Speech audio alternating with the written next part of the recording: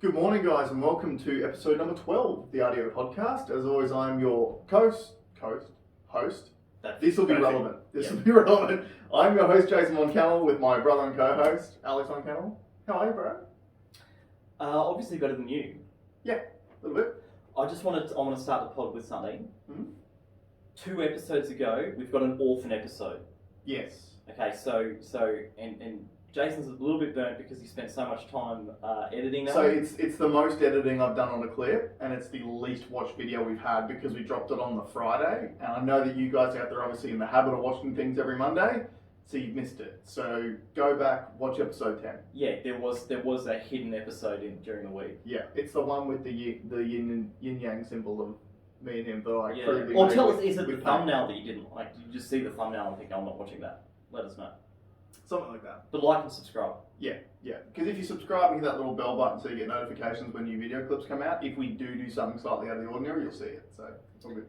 How's your week been? Yeah, it's been... How about we start with my week, because I think your week's going to turn into today's topic of conversation. A little bit, but... We'll start with mine then. Okay, how's your week been? So, I've been very busy, but I want to have a rant about something. Right. I want to rant about people on Facebook Marketplace or on groups that are selling stuff that comment on people selling stuff that have nothing nice to say and adding no value to the conversation. Just say stuff like someone will sell they put a vase up and they want $50, and someone goes, that's way too much. Yeah. Or, is that an offer? Are you buying it? No, you're not. You're just saying it? Well, you need to shut the fuck up. Yeah. You wouldn't go to a supermarket and if someone was looking at a can of beans, you wouldn't walk up to that person and say, oh, mate, that's way too much. So why would you do it online? Yeah. Like, get over yourself. Like, if you need that amount of, if you want that amount of, what's the word I'm trying to look for? Is it conflict or... Not conflict, you just want to be heard. You just want your impression out there. Say something nice. Good luck with the sale. Right?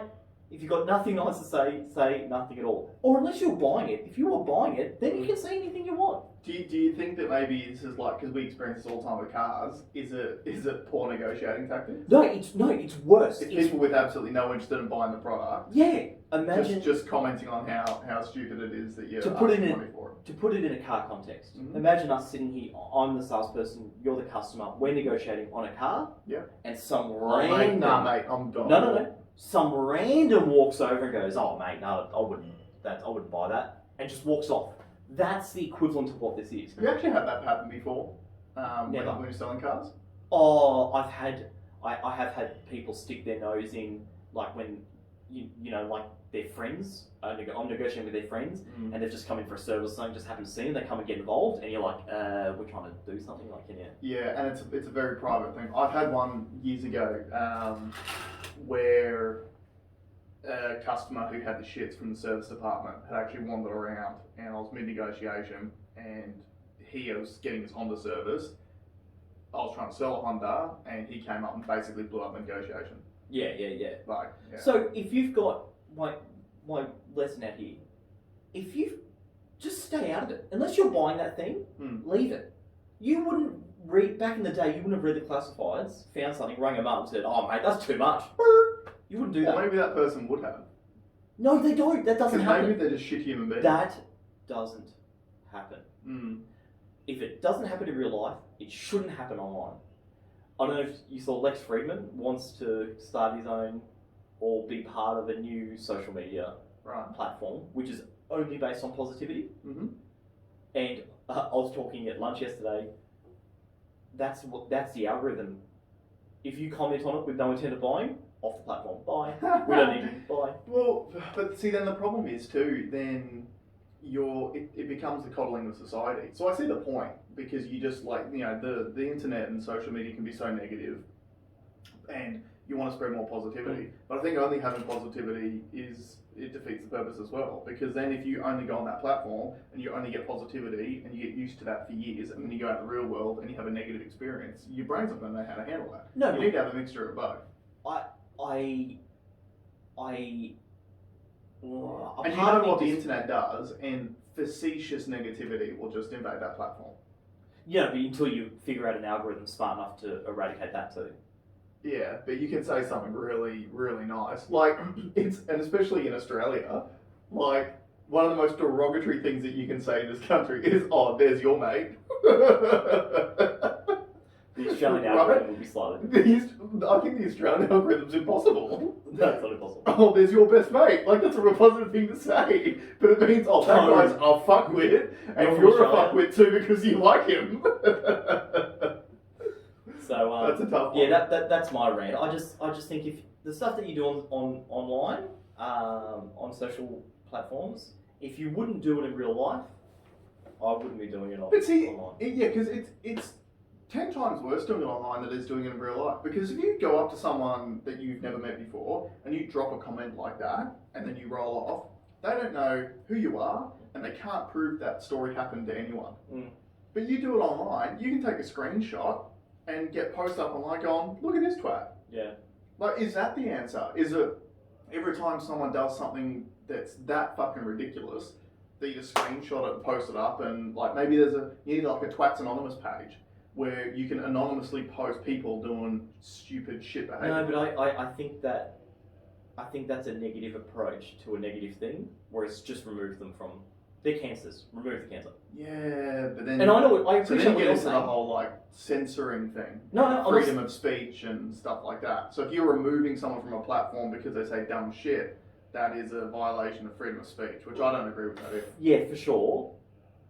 I want my own platform where I only want it to be circulated. Like I only want to say positive things and receive positive things and pump up and educate and bring good to the world. So I'll want to be part of that. But if someone comes in that doesn't want to play that way, they need to go. They need to be voted off the island. Start your own website. Website? What are you, granddad? No one does websites. They're all websites. They're Facebook's apps. websites. They're apps, mate. No one Facebooks on the computer. Granddad. Hey. Some people do. Some people who comment on a lot of these things too as well, I guarantee you. So that's my rant. So how was your week? So my week's been interesting. So the weight loss challenge is going well. So I weighed in on Thursday. I posted it up on the socials. Did it not look like he was the person in the corner of the Blair Witch Project looking down the scales? So there's a reason why the picture's so grainy. Now obviously you weigh yourself first thing in the morning, post dookie, to make sure it's the most accurate weight. Now I'm trying to make sure that I'm getting the most accurate reading I can, so I was naked. So obviously I've cropped out because it's quite a mirror finish on my scales, and when you actually took the original photo, not only could you see feet, which feet just shouldn't be on the internet either, or it should be confined to fetish pages where all you foot lovers can go and check it out. But you could see feet, which are not good. But you could also see the outline of Balzac as well. And a little bit of... And no one gets to see that. No, especially not first thing in the morning. So, yeah, so apologies for the shit quality. You couldn't just get closer to you couldn't just squat down and take the photo closer to it? Well, I did, but then it was too dark. And so obviously the iPhone camera's not that great that it can't have like a night mode where it... Well, I could use a flash and stuff like that. No, you don't do flash. Well, but then because the mirror finish, anything that's... I know how flashes work, and I know how reflections work. So anything that's enhanced is... I said night mode, not flash. I said night mode. I feel like I'm always in night mode now, I'm trying to like sleep. Okay, so that's what we're going to talk about. Oh. No, before we get to that, so... Because I got a funny weight loss related story that I thought I might share with you. Now this is a story I've heard secondhand from a friend of mine about a friend of mine, so you'll know who you are as soon as you hear it. But so obviously I'm on this weight loss challenge. I was chatting to a mate of mine last weekend, and we have a mutual friend who also took part in a weight loss challenge for high stakes, which was quite recently. Okay. So let me paint a picture for you. 15 weeks ago, because the culmination was last weekend, But 15 weeks ago, this particular friend of ours, him and all of his group of friends had booked in this weekend away, and part of the weekend away was going horse riding. Mm-hmm. Now, the thing with horse riding is they've got a weight limit. Mm-hmm. You have to be less than 100 kilos on the day, otherwise they don't let you ride. Now, this particular gentleman was 114 kilos at the time. Mm-hmm. Bit of a gym nut. You might be getting a picture of who we're talking about. So anyway, so the challenge was set. Now, he's very psychologically strong, this guy. Former athlete. Well, actually still an athlete now, really, but very psychologically strong. So the challenge was set, and he had a similar goal as what I have, which is the kilo a week. So he was 14 weeks away at the time, and he was 14 kilos overweight. Now, there were some trials because apparently one of the ways he sort of began doing this was just by not eating. And obviously, if you don't eat, then your body goes into like a famine state where it tries to actually retain body fat and eats your muscles and stuff like that instead. Because your muscles consume calories, and your body's like, well, I'm not getting any energy in, so I need to retain the body fat, and I need to eat the muscles, which are actually going to use more calories. So he sort of plateaued fairly quickly. And anyway, so it was a pretty horrible 14 weeks for him, right? Just super disciplined, can't eat anything, not drinking, all the works. So then last weekend was the weekend away.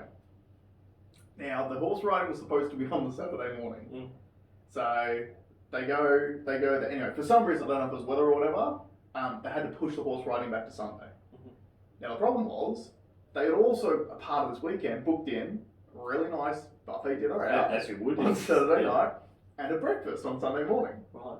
So, in other words, couldn't enjoy the buffet, so had to sit there pretty much starving himself, because you have to weigh in on the day and be under the 100 kilo weight limit.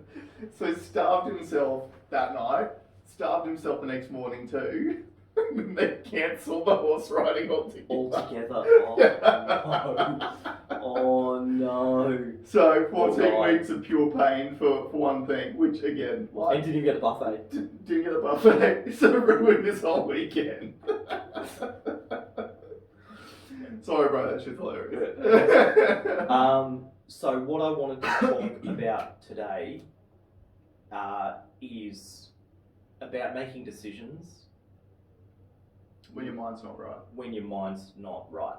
And you might hear too, I'm a little bit doughy today because we're going through some bad sleep phases at home, and we've had, and you spoke about the importance of sleep in episode 10, which none of you mofos have watched yet, so go back and watch it. Because we haven't been sleeping well all week, pretty much. I'm a little bit doughy today, which is perfectly relevant to what we're about to talk about. So, here's an example. This only happened today. Jason sits down there this morning and goes, so what are we talking about? Mm-hmm. And I said, we're talking about sleep and making decisions with a bad brain. And he goes, are we? I said, man, we spoke about this. Like, we've already spoken about it prior. And I'm like, oh, that's an example. Now, where I get my, where I've seen examples of this the most is selling cars. So there's a thing called being head nicked when you have a bad month or a bad couple of months, and your mind starts turning against you, and you can only think bad thoughts. Yeah. So what a lot of salespeople in particular will do is they'll make a big decision in that really bad state of mind. Alright, sorry we're back. Technical difficulties again. So anyway, long story short, so what happens is you have a few things that don't go your way, you get your manager on your back, which adds to your stress levels, and then all of a sudden you start going, what am I doing wrong? And then you start deviating away from the process, and because you're in a negative mind frame as well, the experience you give your customer is poor, because it's coming across as either desperation or you're just doing the wrong thing. Yeah, because you think all the right things that you've done in the past haven't worked. Yeah, so you throw out the plan, and then you deviate off, and then you've got no plan. Yeah. Right? So when people are in those down moments, that is the worst time to make a major life decision. Mm-hmm. Okay? So I suppose you shouldn't try and think of another job. Mm-hmm. What you really need to put your energy and focus into is how to get back on track. Yeah. Go talk to someone, go refer to your manager and understand that you're head nicked. The worst part, the hardest part is convincing yourself. Well, sorry, the first step to recovery is understanding that you're the problem. Okay, so once you realise that, then you can get help. All right, and that help just might be talking to your manager and saying, "Mate, I'm nicked. Yeah, help me out." And then take a step out of yourself and look at yourself and go, "Okay, I just need to keep on doing the right steps. I need to revert back to what I know, and I need to keep doing those steps." Yeah. Now that stuff comes. Those things happen in life as well, like outside of work. Those things happen when you've had a couple of bad trots. You know, you've been smashed with bills or something, or you've had some major life events. Well, I can see one coming up for myself, right? And what that is going to be is eventually. So my weight loss has been going really, really well towards this goal, and it's from being consistent and doing consistent things every single day. So it's consistently eating right, the fasting, the black coffee, the exercise, cardio in the morning, trying to do some weights a couple of days or 3 days a week. Now there will get to a point where my weight loss will plateau and it will sit there. And this happens all the time with exercise. And the problem is when that happens to people who have a target or have a goal and it just plateaus for a few weeks at a time, then they start getting frustrated and then they think they're doing something wrong. And then they change something and you deviate from that plan again. And then what that change might be is, I'm obviously eating too much food, so then I'm going to stop. I'm going to pull back on my calories again. And it's like, well, no, because then your body's probably going to go into that famine state like we spoke about earlier. So it's about sticking the course, staying the course, having a proper plan and staying the course. So, all right, let's try and solve this. How does somebody do that? How does somebody stay on course? So, rule number one is goal setting. In whatever it is that you do, you must have a clearly defined goal, and there's SMART goals as well, which I can't remember exactly what it stands for, but essentially, every time you get frustrated or every time you hit a roadblock or every time you plateau, you need to go back to your goal, your original goal, and go, what am I trying to achieve here? Because when we get frustrated and stressed out and stuff like that, we reach for vices, for example. We tend to make bad decisions. And what a vice can be in the work context is bitching to my co-workers. Right? And how often do you see that? I'm head nicked. So then what do? I bitch to my co-workers, bring everyone out, and it spreads like a weed. And then the problem is it becomes this echo chamber where, so I'm head nicked, so then I head nick you, and then we echo it back and forth between each other, and we get worse and worse and worse. So I think something you said there, the stick to the plan, write the plan down. 100%. Because then the plan, if the plan stays in your mind, you can change it. And that's what gives you the excuse to deviate. So if you wrote it down and understand it, we're all going to go through these phases in weight loss, in selling, in whatever thing you're trying to accomplish. If you write down that plan and tick off the steps that you're doing, and understand that this is where you're going to always refer back to whenever you feel a bit like it's not working. Refer back to the plan and stick to the plan. And share it with someone that you trust too, who's going to keep you accountable. Because to be honest with you, the whole weight loss challenge thing, it's pretty narcissistic when you share it on a forum like this, right? So it's like literally like, look at me, look how much weight I'm losing. This is and I realised obviously during the week that something that a lot of people know for a long time is, if you don't share your workout online, then you didn't work out. You didn't burn any calories. So I've started sharing some shit. But to be perfectly honest with you, the whole reason why I've actually done it in this forum is to keep me accountable. Because accountability, self-accountability takes so much discipline. And a lot of us just straight up don't have it in ourselves. There's a lot of people that do, and they're exceptional human beings. But the average person like myself, self-accountability is really, really tough. But if I put it out there in a public forum, now all of a sudden I have you guys at home keeping track going, is he getting there or is he not? And for me, like, obviously this podcast, we want to be helping people and we want to be, giving out information that people might find useful. Now the problem is, there's talking the talk and then there's walking the walk. So if I can't show that, like, look, I might get to the January 1st and I might not be 95 kilos. But if I've stayed the course for the whole 3 months and I've made some healthy habits, eating better, drinking less, whatever the case. Maybe more my frequent workout, but yeah. So maybe because one of the things that I'm sort of anticipating as well is I haven't really lifted heavy weights for a few years ever since I did my knee, but now my knee's actually strong enough again. So I am anticipating that there will be a bit of a trade-off between I'll be losing some body fat, but I'll probably put on a little bit of muscle as well. So that muscle is going to be a little bit of extra weight, which means I may not hit my goal weight of 95 kilos by the end of this period, but I might be a hell of a lot healthier. Yeah. Right? And hopefully you guys can keep me accountable on the way too. So that accountability thing, that external accountability is something that I've lived by a lot. And I think it's through my own, the fear that me keeping myself accountable, I don't trust me. You shouldn't. Yeah. I don't trust anyone who dresses like you. So that's why I do the same thing. If I've got goals or intentions, I'll actually make them pretty well known. Yep. And then you'll have people checking out, hey, where'd you get to with such and such? I'm like, thanks for checking me. Yeah. Right? Yeah. So look, that's probably something I can work on. We should probably not have to rely on external. We should probably just get better at internalising it. But I think that there's levels to everything, right? There's levels to every game. So if you haven't set goals before and you haven't achieved those goals before, then it would make sense that you would share that with someone that you trust at the beginning who's going to hold you accountable. And then if you tick those goals off and you achieve what you want to achieve, cool. And then you do it again, and then you do it again. And the biggest thing about goals is that when you achieve your goals, you need to set new goals. Or even if you know you're well and truly on track for your goals, you need to set new goals, right? You need to ramp things up a little bit. And eventually this becomes a learned behaviour. And I talk about this all the time in a sporting context.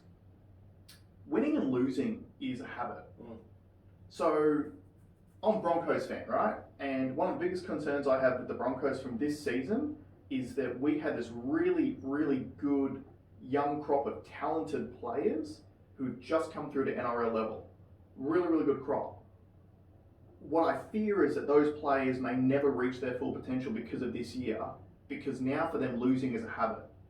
So every Broncos game at the 60th minute mark, these guys, whether they're in front or behind, these guys, it's like their brain goes, this is the part where we start losing again. That's the neural pathway. Exactly, and it's just been week in, week out this season, and that gets ingrained. Yeah. You see it, good at losing. Good at losing, 100%. And there's people who are just really habitual winners. The Melbourne Storm, they're habitual winners. It's been ground into them forever. Because they're good winners. So they're good winners. Yeah. Exactly right. And I think when we're talking about goals and habits, if you were the sort of person who, you get that positive momentum when you tick those goals off. And it's really important to, be able to enjoy your own successes as well. So that's why writing goals down is really important, because if you're writing down a piece of paper and you've got 8 goals on your piece of paper, and it might be to get from here to one major goal, but you've got the steps along the way, then you'll get that dopamine release we talked about last week. Absolutely. Every time you put a tick on the page. I'll tell you a funny little anecdote just about my life. So I was very, very, very goal orientated career-wise and financially from a very young age. Like when I was I was probably 15 or 16, and I had these markers that I'd set for myself. What was funny is my last one that I'd set was at 30, and I had nothing. And it probably, what am I now, 34 now? I've wandered the my own mind for the last probably 2 years, and it wasn't until, I think I was 33. I'm like, no, I need to set some more goals again, because I had nothing. I was like, I achieved everything I wanted to achieve by one. There's one. I think I know what that I one is. won't talk about it. Yeah. You're going to internalise that goal and not make yourself accountable. Yes. Yes. It's a big one. So it's a big one. So now I've reset, and the beauty of having that reset and having that structure is that I know what I'm doing now. I know what I'm targeting. You've got that plan. You've got your road to a sale. Yes. You've got your... And it's written down. It's and a map. Planned out. It's a map. It is a map. So, and that's the best analogy for it, right? You're trying to go to a place. what do? You generally, you'll put Google Maps on or Yeah. Apple Maps on your phone to give you directions on how to get there. Setting goals and having those steps along the way is your roadmap on how you're going to get from where you are now to where you want to be and whatever that goal is. And just like a video game, when you go through those checkpoints, Yeah. you know that you can always fall back onto that last checkpoint. Yeah. At least you know you've progressed. Yeah. So that's probably the biggest thing. Interesting point on this too. So I was listening yesterday to the Joe Rogan podcast with Matthew McConaughey. Now Matthew McConaughey, all right, very successful guy, and he always talks about he's got a daily journal that he uses. Now he uses it in two different ways. Like it's funny how some people are self-aware at an early age. Yeah. And one of the things that because he's just about to release a book, and this is all covered in that podcast if you want to listen to it, but what he did from a very early age was that he used to have a journal he used to keep, and it started in high school. But he was reading it when he was like sort of 21, 22, can't remember the exact age, and he realised that he only really wrote in his journal when something negative happened. So it was like, girl broke my heart. Yeah, or, this person slighted me. Yeah. And he realised from that early age, which again, like I wouldn't have realised this at 21, 22, because I was an idiot. I'm still an idiot now. But he realised from an early age that... I don't want that negative talk. We had someone in our comments say that. I mean, that's something we're going to fix about our personality. Yeah, that's fair. We're not idiots. We're working on it. We're working on it. But he realised from an early age that he needed to write down the positive things from when he was going well. Yeah. Because, and this gets back to the head nicking thing. So when you get to, and this might be a good tool for someone out there, it might be useful, but what he would find was that he would get to a moment when a lot of negative things happened and he got into a negative frame of mind. He'd open up his journal and he'd be like, all right, I'm going to go back to that time I was flying. What was I feeling back then? What was I doing every single day? What were the things that were contributing towards me having that positive mindset when he calls them green lights and red lights. When was I getting all the green lights? Yeah. And he would actually go back and refer to it and refer to that positive stuff. I like that green light thing because, and an exercise that I've done with some stuff in the past that were head nicked, and it's an old cliche one, but it works. It is write down 5 good things that have happened to you that day. Yeah. And the last time I did it, this guy was like, yeah, but nothing's happened. I said, no, really think about it. Really think about it. He goes, oh, my run into work was pretty good. Yeah. Right? There's That's one. Write it down. Yeah. Actually had a really great gym session. Write it down. Yeah. Write it down. And then I literally watched his frown turn upside down. Because you're actually focusing on the positive stuff instead of focusing on the negative stuff. If you're in a down moment, you'll only see down. Yeah. If you're in an up moment, you can see all this untapped potential. Yeah. I think that's really important. But it's about, we're talking about all the woo, but what I want this podcast to be about is what are the practical things that you and I and you guys can do on a day-to-day basis to realise the woo. So from my perspective, now one more thing I'll tell you about the Matthew McConaughey thing and the writing things down and goal setting, because it's super relevant. So he'll write himself a to-do list for the next day, and we've spoken about this before, and how powerful a tool that can be. But he will actually write down things which are just ridiculous things that you're going to do anyway, just to have extra things to tick off, to give himself that positive momentum. So he'll write, like, do a shit. So when he has his morning poo, bang, I tick it off. Kiss the wife, write it down. Okay. Kiss the wife in the morning, tick. Like, you get that positive momentum. And the thing is, we, as human beings, we are creatures of habit. And as much as you said that this is woo, a lot of it, like, woo is a lot about life. Like, you know, when we talk about when you meet someone new and they've got that out there, you know, personality and you just click with that person straight away, that's woo. You know, because that's just the way that person's carrying themselves at that particular time. That could be the biggest negative Nancy, just having the one good day a year, and you think that person's amazing, and that sort of paints the picture of that person in your head for a long time. Talking about positivity, so obviously driving a car can be a very negative experience for people. Getting cut off, you get road rage, all sort of stuff. I was reminded yesterday about one of the most positive parts of Australian culture. I was driving my car and was going, it doesn't matter where I was going, but the people who flash their lights at you when there's a speed camera. Yes, they are the real heroes. They are the most positive, that's the most positive experience on the road you can have, I think. That is a community protecting the community. Yeah, exactly right. I love that. And again, we've spoken about this not on the podcast before, but we've spoken about this in the past. Because there are people out there who don't like when people do that. Because they go, if you weren't speeding, then you won't have anything to worry about. Guess what? If someone flashes your lights at you, you slow down. Yeah, you won't speed. So why, like, the whole point of a safety camera is to slow people down and make them go the speed limit. So if flashing the light slows you down, saves you some money at the same time, is that not a positive thing? Correct. It's a beautiful thing. It's so beautiful. That is an example of a community that would be allowed on my new app. When you receive that flash, what do you do next? You pay it forward. So when you go past that speed camera, you flash the next people as well. 100%. I love that. I think it puts a smile on everyone's face. That's another thing. Mm-hmm. Putting a smile on someone else's face. So are the interactions that you're having positive?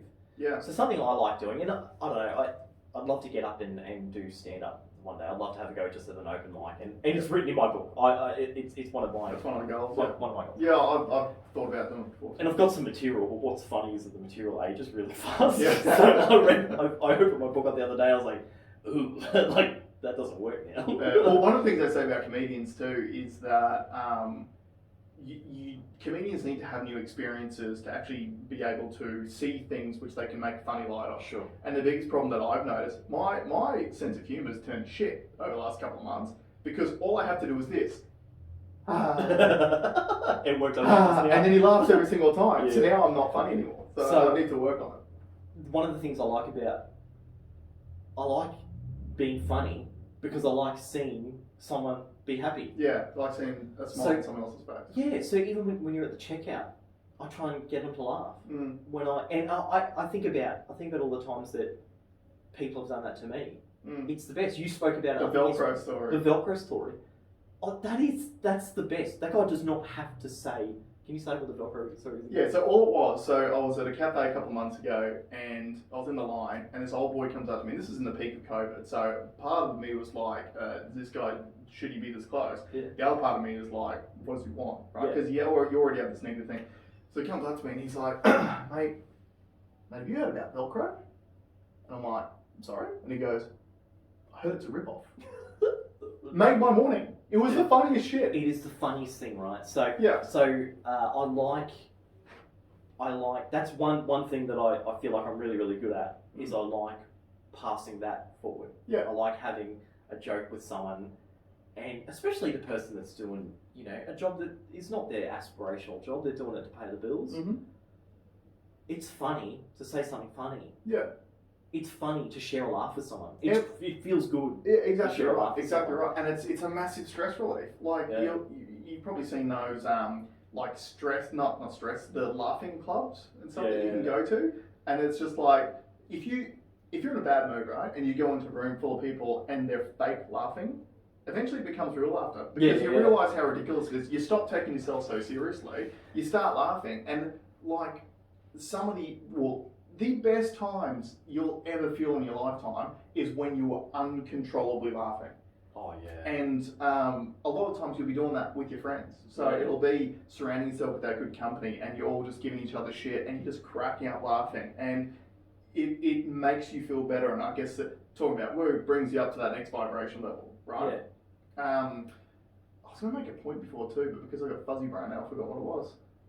And this is why you shouldn't make life decisions when you're in space. Oh, yeah. So, speaking of which, what I've really enjoyed about taking some time out of work is the mental clarity that I've had to make decisions about other parts of my life.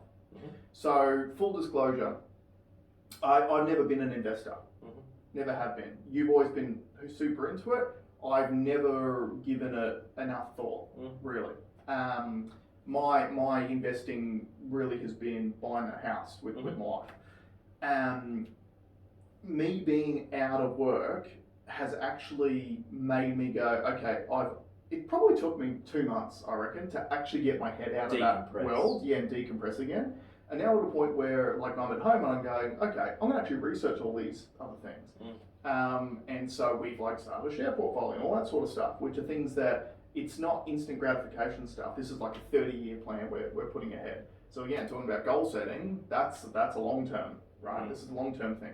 You also want to set some short and mid-term goals as well. But I've really enjoyed the mental clarity that I've had to be able to actually apply myself to these things. But on that, I would say that there's far higher achievers than us. So what I suppose the message, what we're trying to say is research things that are outside of your current existence. So if you haven't got an investment plan, but you're working your ass off, you need to make some time in your brain to come up with one. If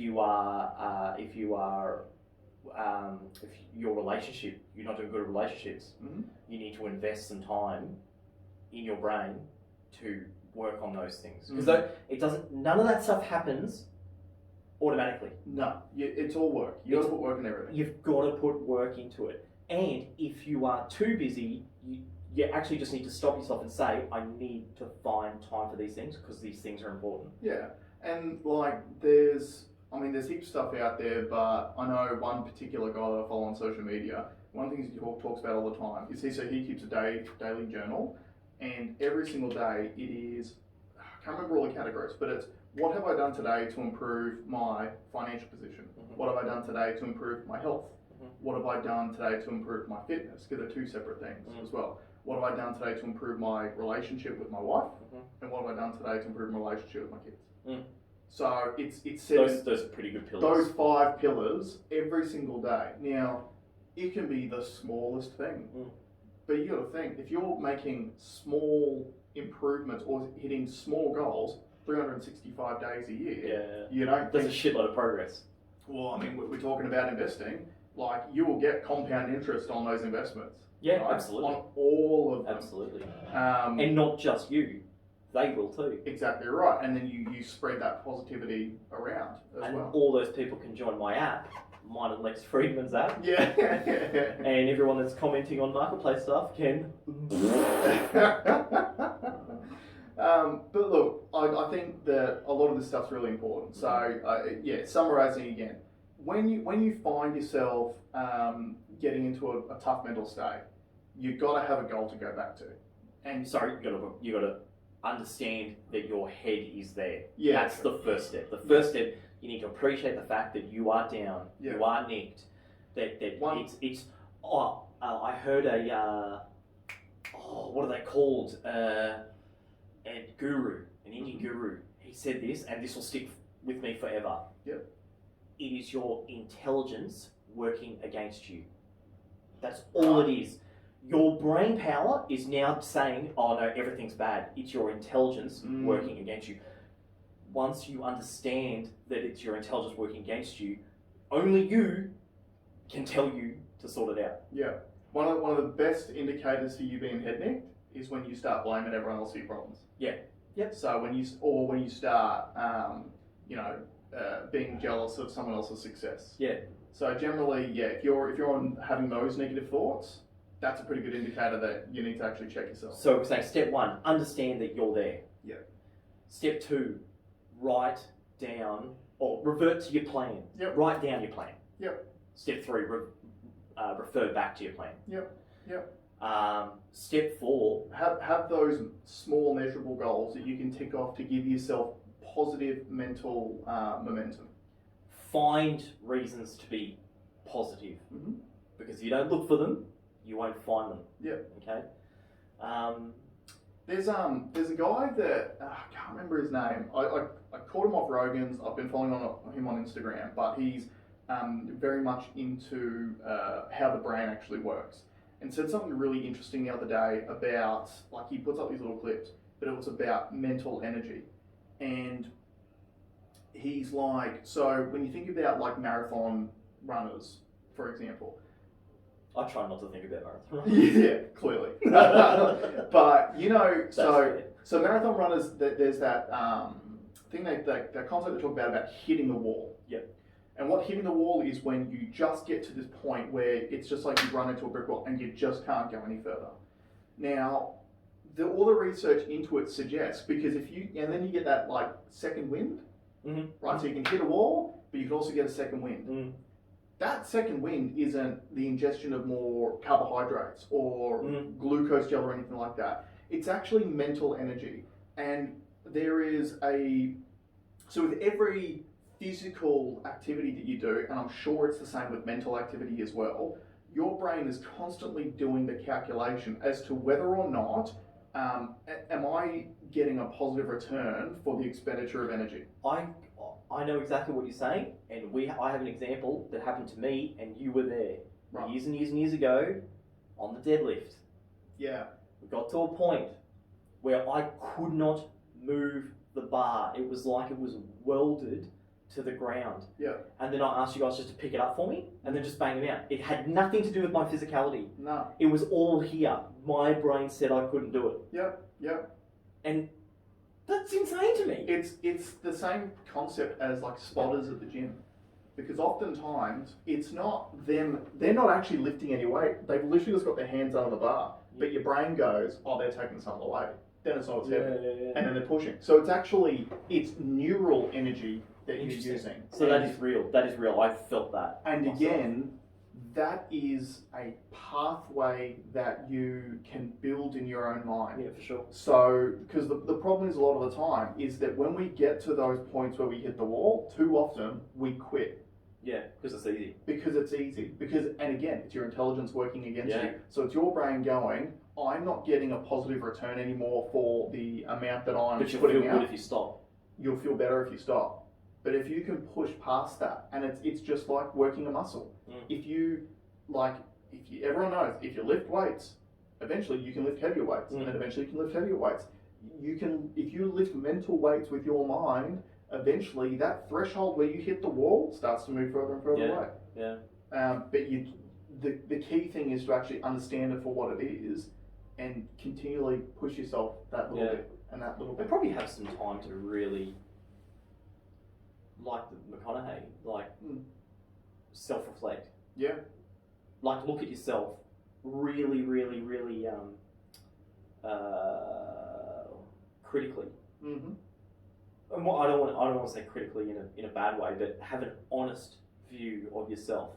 Well, the thing is, holding yourself accountable for your shortcomings is not a bad thing. It's a really positive thing.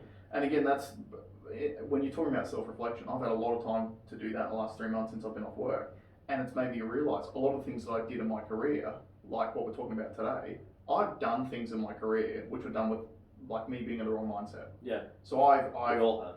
Yeah, 100%. So I've taken things up and taken things on and acted in a negative manner because of where my mindset was at. But it's even things like, so being able to self-reflect now, I mean, having a child, all of a sudden, you probably made me realise how selfish I was being beforehand. Yeah. And everything was about me, and I was married and I felt like we put in 50-50 at home, all that sort of stuff. At the time, now that I've had a kid and I'm spending time at home, I realised I wasn't putting in 50-50. Yeah. I was pretty lazy. Yeah. Really. So it's seeing the negative parts of yourself and actually identifying those things and going, okay, how can I do better? How can you work on them? Yeah. Yes, obviously financially I've gone a little bit downhill from not having an income. But in other aspects of life, I mean, like I'm doing a weight loss challenge I never would have done if I was still working, right? Because I would use all the excuses. Oh, it's the travel, it's the hours. It's too hard to prepare meals at home when I've only got X amount of hours and go to work and whatever. So I'm healthier at the moment. I'm spending more time with my son and with my wife too. So we're all connecting again. Like there was a moment when this was about 2 months ago when Nate was in the bath with Amanda, and I sort of ducked my head around the corner, and Nate's looked up and seen me, and he started like laughing at me. And I sort of poked my head back around and poked around again. He started laughing, and man actually goes like, "It's really nice to see you guys connected like this, because if you had been working, there's no way you'd have this connection." Yeah. So how important is that? Yeah. So yeah, physically I'm healthier. My relationships are healthier. I've just told you before, we started like a share portfolio and stuff like that. So financially, even though we're taking a small hit now with me not working, in the future, we'll actually set ourselves up to have a more successful future. So And this has all come from me literally sitting at home and having the time to go retrospect and actually look at myself and go, what do I really need to work on? Yeah. Because the stuff that I'm doing, it's not hard. None of it's hard. The It's just give yourself hardest the time. part is starting. Yeah. So It's the tree thing again. Best time to plant a tree was 20 years 100%. ago. Second best time is now. And you would be like, it's not a coincidence that when we talk about these ways of self-improvement and how to improve things, the same concepts keep coming Yeah, up. and we know it all. We know it all, but it's just Yeah. giving ourselves the time. There's time and space to think about it. Yeah, And 100%. I think there's a lesson in there for all of us. Yeah, absolutely. All right, guys, that'll do us for this week. But again, thank you so much for joining us. Like it, share it, subscribe to it, hit the little button so you get the reminders every single time new content comes out. We were legit too when we said that if you have a story, if you've started your own business, if you've worked in something that's a little bit unique, even if you haven't, I don't really care because everyone's story is different and unique in their own way. If you've got something that you want to share, hit us up, send us a message because we'd love to hear from you as well. Yeah. But thanks again, Alex. Thank you. Thank you, guys, and we'll see you next RDO.